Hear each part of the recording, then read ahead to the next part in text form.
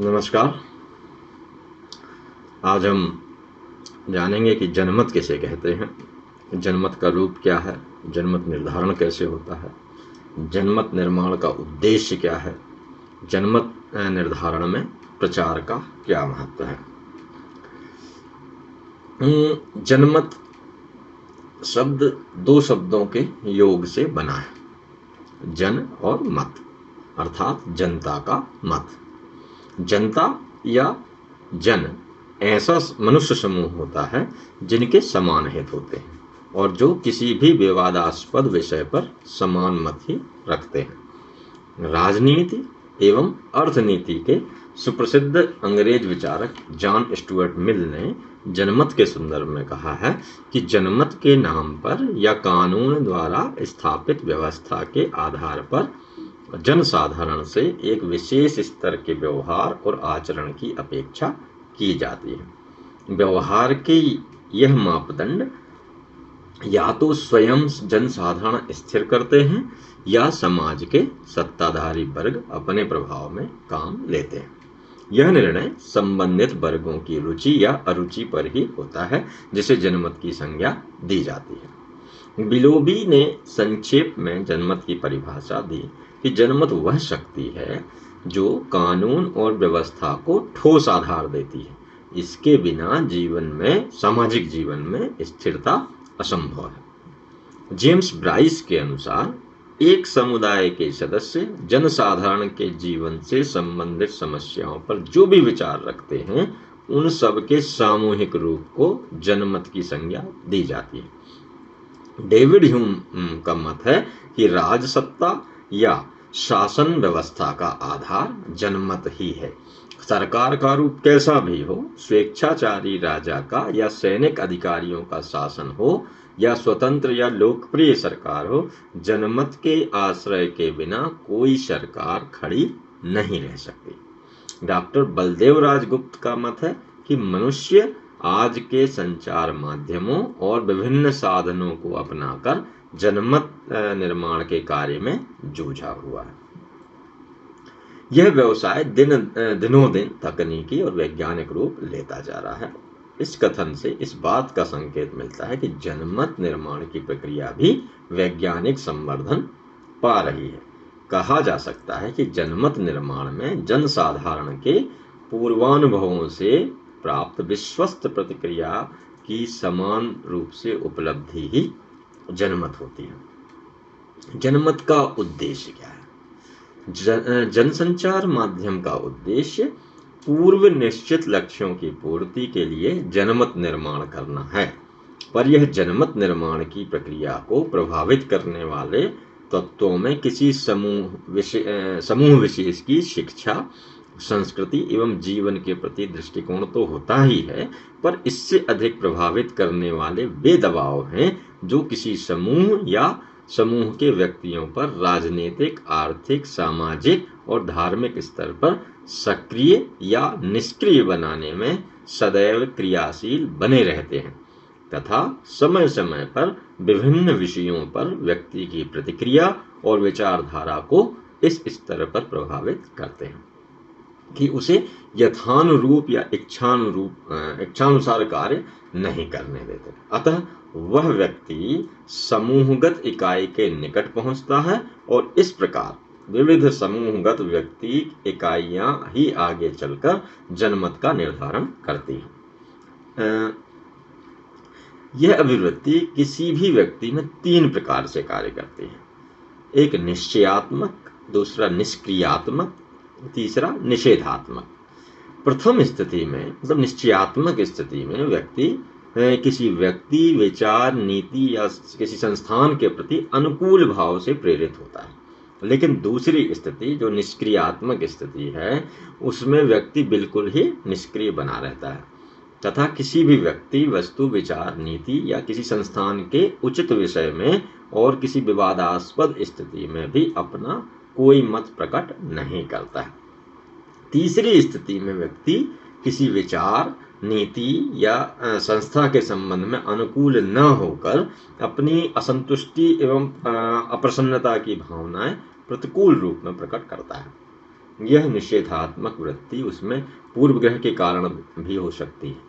वास्तव में किसी व्यक्ति, विचार, नीति या संस्थान के प्रति किसी व्यक्ति के रुख की तीव्रता उस व्यक्ति के निजी विश्वासों और भावनाओं से संबंधित होती है। इसलिए व्यक्ति में वह कभी विशेष, कभी सामान्य, कभी साधारण और कभी मिश्रित रूप में भी होती है।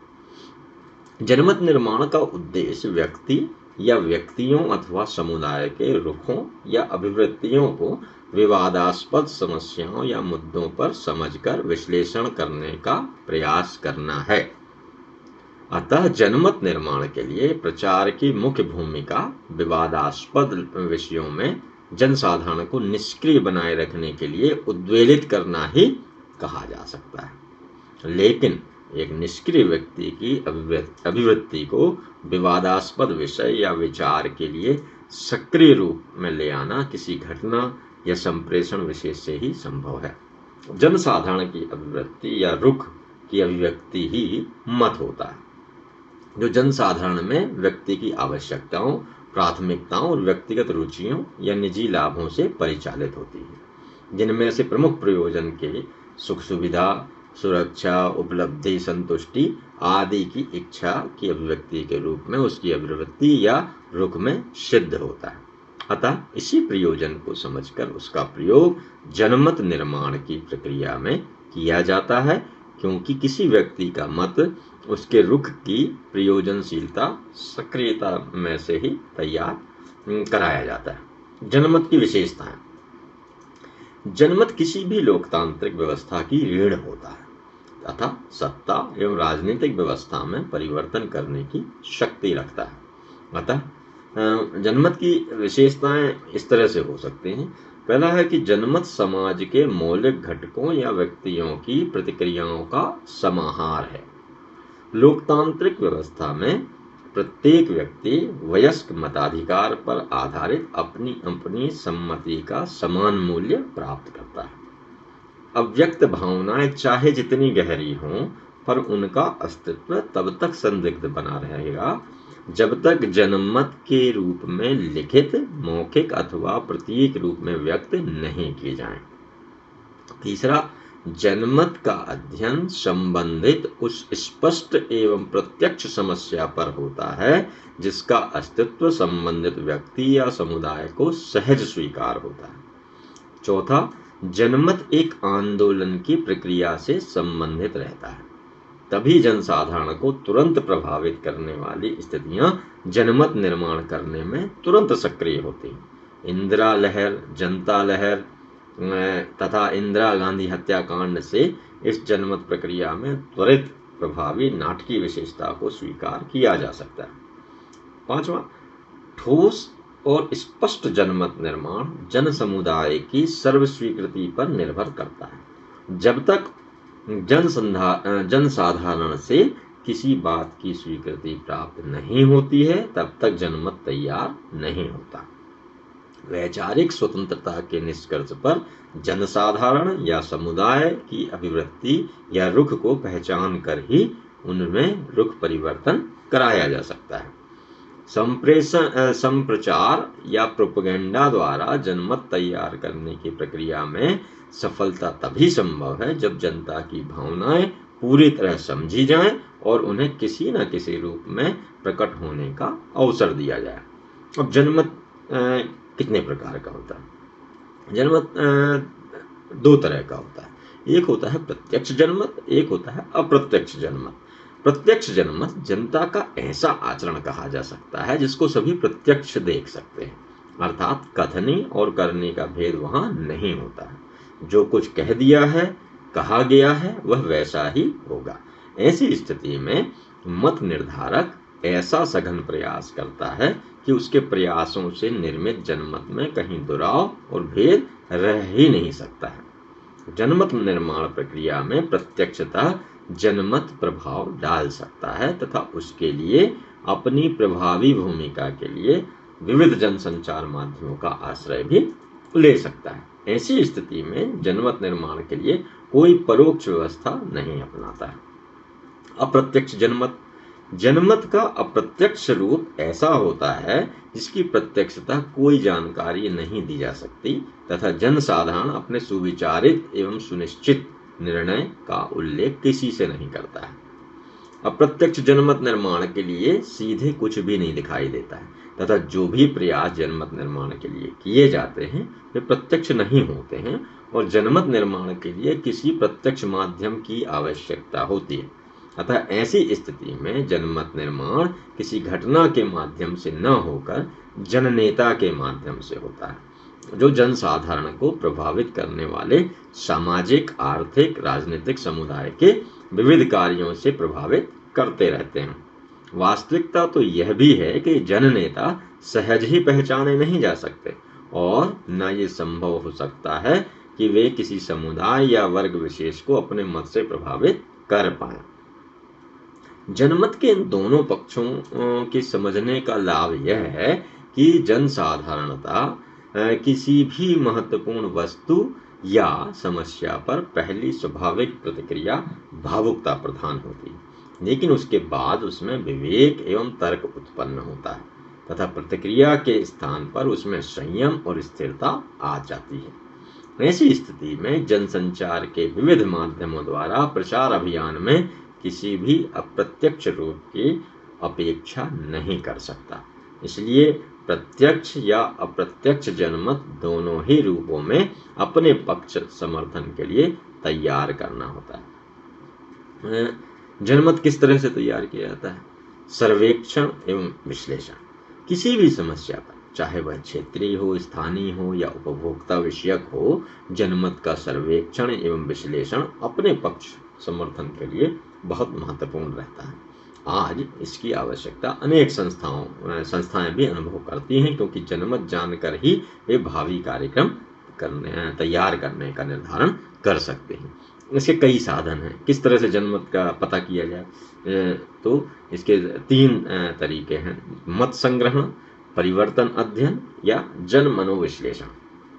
मत संग्रहण जनमत का सबसे महत्वपूर्ण एवं विश्वसनीय साधन मत संग्रहण हो सकता है, क्योंकि इसके लिए प्रश्नावली या प्रश्नमाला बनाकर उत्तरदाताओं या उपभोक्ताओं को दी जाती है या भेजी जाती है। इस प्रश्नावली में प्रश्न करने का सरल, सीधा, संक्षिप्त और तुरंत समझ में आने वाला उत्तर होता है, जिससे कि हाँ या ना में ही उत्तर दिया जा सके। ऐसे सर्वेक्षण की महत्वपूर्ण स्थिति यह है कि उत्तरदाताओं के प्रति और उनसे प्राप्त उत्तरों के प्रति पूर्णतः गोपनीयता रखी जाती है। यदि किसी कारण से ऐसा नहीं हुआ तो फिर सर्वेक्षण और वांछित सूचनाएं या पा सकना कठिन हो जाएगा।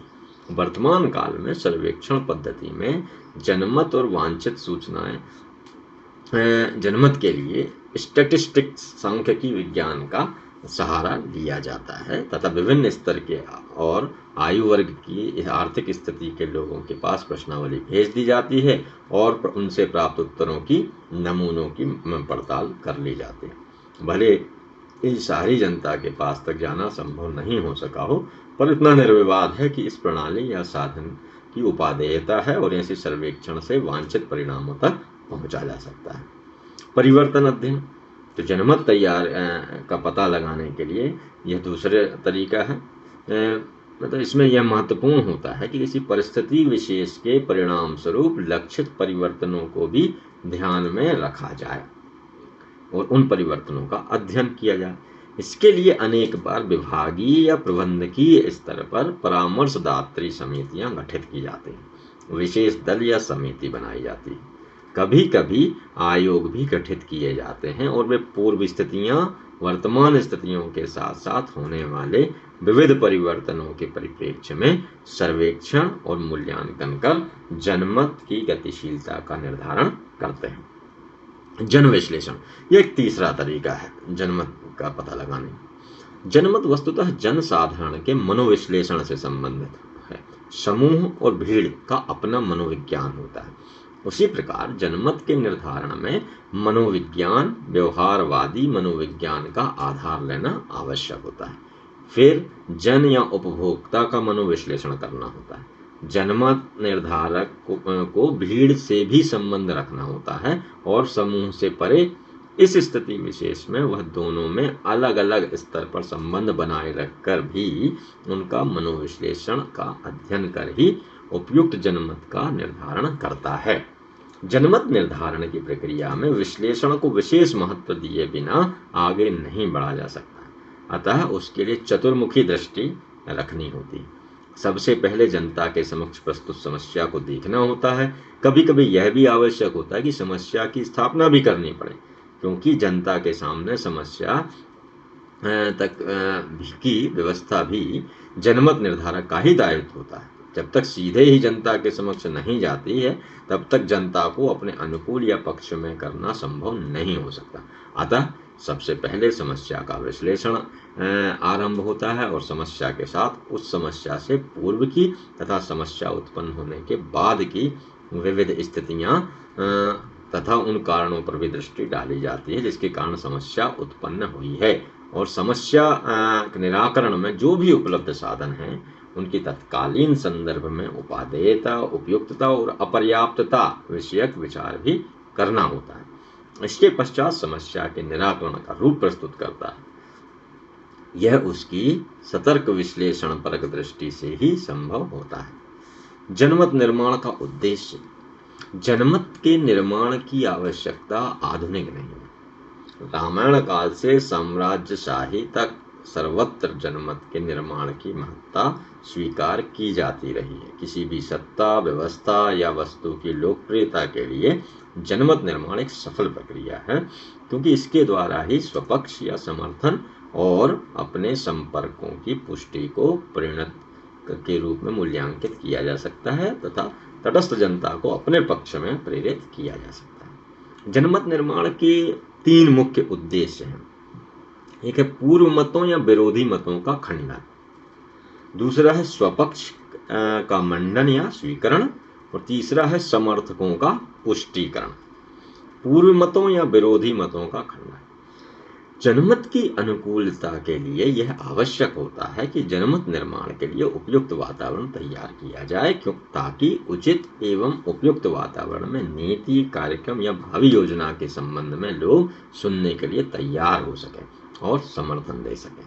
यह तभी संभव होता है जब ऐसी बातें जनता के सामने रखी जाती हैं जो उनकी आकांक्षाओं और इच्छाओं की पूर्ति में सहभागी प्रतीत होती हैं। उसके लिए प्रस्तुतकर्ता के प्रति उनका विश्वास भी एक प्रमुख आधार होता है। स्वपक्ष का मंडन या स्वीकरण।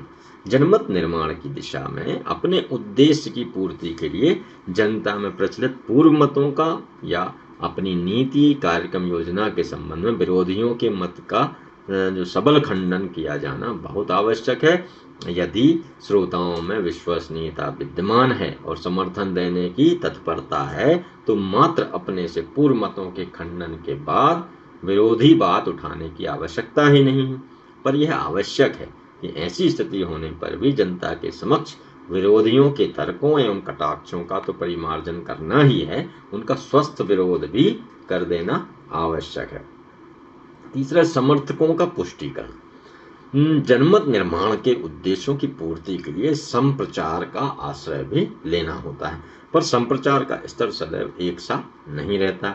जनसाधारण और शिक्षित माध्यम वर्ग की विचार प्रक्रिया में बहुत अंतर होता है। तभी जनसाधारण तक पहुंचने के लिए और जनमत निर्धारण के लिए प्रत्येक राजनीतिक दल को अपने नारे, झंडे, जुलूस, प्रदर्शन आदि अत्यंत आवश्यक बन जाते हैं। प्रचार और संप्रचार दोनों ही माध्यम से अपने पक्ष का समर्थन तो करना ही होता है, पर विरोधी मत का भी खंडन कर अपने आसपास के लोगों में अपनी निष्ठा और धाक जमाना भी उसे आवश्यक है। जनमत निर्माण के उद्देश्य की पूर्ति के लिए अपने मत या पक्ष का समर्थन पाने और विरोधियों को हतोत्साहित करने का काम कठिनाई का है, पर चतुर जनमत निर्धारक विरोधियों के मतों का खंडन करते हुए अपनी नीति या कार्यक्रम के लिए जनता में उत्पन्न संपूर्ण विवेचना से स्वपक्ष का मंडन कराना जनसंचार कार्यक्रम के अंतर्गत आता है। जनसाधारण तक अपने पक्ष का समर्थन जुटाने और नीति का सकुशल निर्देशन करने के लिए नारे, झंडे, जुलूस, प्रदर्शन आदि को उपयुक्त उपकरण के रूप में काम में लेता है। डॉक्टर विजय कुलश्रेष्ठ का विचार है कि जनमत निर्माण की विधायिनी शक्ति जन समुदाय है, इसकी सारी संभावनाएं सामूहिक आचरण में सन्निहित रहती हैं। तभी किसी समूह विशेष का व्यक्ति पहले तो स्वयं प्रभावित होता है और फिर समूह के दूसरे सदस्यों को व्यवहार से प्रभावित करता है। इस प्रकार जनमत निर्माण में जन समुदाय के सामूहिक आचरण का महत्व भी कम नहीं है। यह जनमत निर्माण का मनोवैज्ञानिक आधार भी है। डॉक्टर कुलश्रेष्ठ के अनुसार जनमत निर्माण की प्रक्रिया को वर्तुलाकार के रूप में सजग, सचेष्ट और सक्रिय देखा जा सकता है।